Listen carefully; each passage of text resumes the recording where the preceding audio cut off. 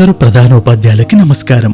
ఆంధ్రప్రదేశ్ రాష్ట్ర ప్రభుత్వం ఎంతో ప్రతిష్టాత్మకంగా అమలు చేస్తున్న సర్వేపల్లి రాధాకిషన్ విద్యార్థి మిత్ర పథకంలో భాగంగా ప్రభుత్వ యాజమాన్య పాఠశాలల్లో చదువుతున్న విద్యార్థులందరికీ షూస్ ఇవ్వడం జరుగుతుంది. సమగ్ర శిక్ష రాష్ట్ర పథక సంచాలకుల వారి ఆదేశాల ప్రకారం విద్యార్థుల ఫుట్ సైజ్ కొలిచే విధానం గురించి ఒక వీడియో రూపంలో మీకు అందజేస్తున్నాము. రాష్ట్ర కార్యాలయం నుండి అందజేసిన గ్రిడ్ పేపర్ గాని లేదా మీకు అందుబాటులో ఉన్న ఏదైనా కొలత సాధనాన్ని ఉపయోగించి విద్యార్థుల యాక్చువల్ బేర్ ఫుట్ సైజ్ ను మెజర్మెంట్ చేసి సంబంధిత పాఠశాల రిజిస్టర్ లో నమోదు చేసుకోవాలి. ఉదాహరణకి ఒక విద్యార్థి పాద కొలత 16.6 సెంటీమీటర్లుగా ఉంటే అదే 16.6 సెంటీమీటర్లను రిజిస్టర్ లో నమోదు చేయాలి. అదే విధంగా స్టూడెంట్ కిట్ యాప్ లో కూడా ఎంటర్ చేయాలి. నమూనా గ్రిడ్ పేపర్ ను వెబ్సైట్ లో అందుబాటులో ఉంచడం జరిగింది. దీన్ని మీరు ప్రింట్ తీసుకుని ఉపయోగించవచ్చు. అయితే ప్రింట్ తీసుకున్నప్పుడు లీగల్ సైజ్ పేపర్ లో మాత్రమే ప్రింట్ తీసుకోవాలి. విద్యార్థుల పాద కొలతలు తీసుకునే విధానం. విద్యార్థుల పాద కొలతలు తీసుకున్నప్పుడు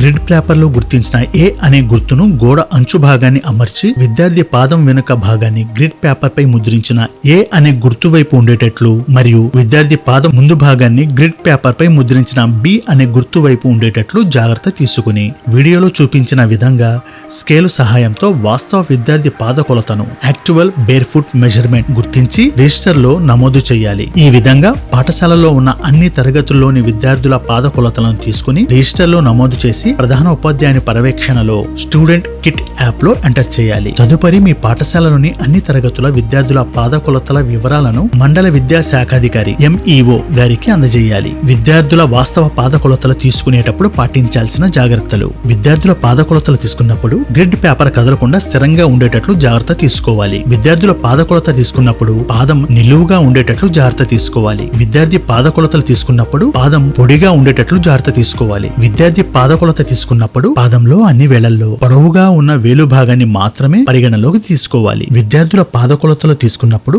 గ్రిడ్ పేపర్ ను లీగల్ సైజ్ లో మాత్రమే ప్రింట్ తీసుకోవాలి. విద్యార్థుల పాద కొలతలు తీసుకున్నప్పుడు మడమ ఎముక నుండి పాదం యొక్క పొడవైన వేలు వరకు ఖచ్చితమైన కొలతను నిర్ధారించుకుని నమోదు చేయవలెను. విద్యార్థుల పాద కొలతలు తీసుకున్నప్పుడు వాస్తవ పాద కొలతలు బేర్ ఫుట్ మెజర్మెంట్ మాత్రమే నమోదు చేయాలి. ఈ పాద కొలతకు ఎటువంటి అదనపు కొలతలు జత చేయకూడదు. ఉదాహరణకి ఒక విద్యార్థి పాద కొలత 16.6 సెంటీమీటర్లుగా ఉంటే అదే 16.6 సెంటీమీటర్లను రిజిస్టర్ లో నమోదు చేయాలి. అదే విధంగా స్టూడెంట్ కిట్ యాప్ లో కూడా ఎంటర్ చేయాలి. పాదం మరియు వేళ్లు పూర్తిగా నిలువుగా గ్రిడ్ పేపర్ పై ఉంచాలి. విద్యార్థుల పాద కొలతలు తీసుకున్నప్పుడు నిదానంగా మరియు జాగ్రత్తగా తీసుకోవాలి.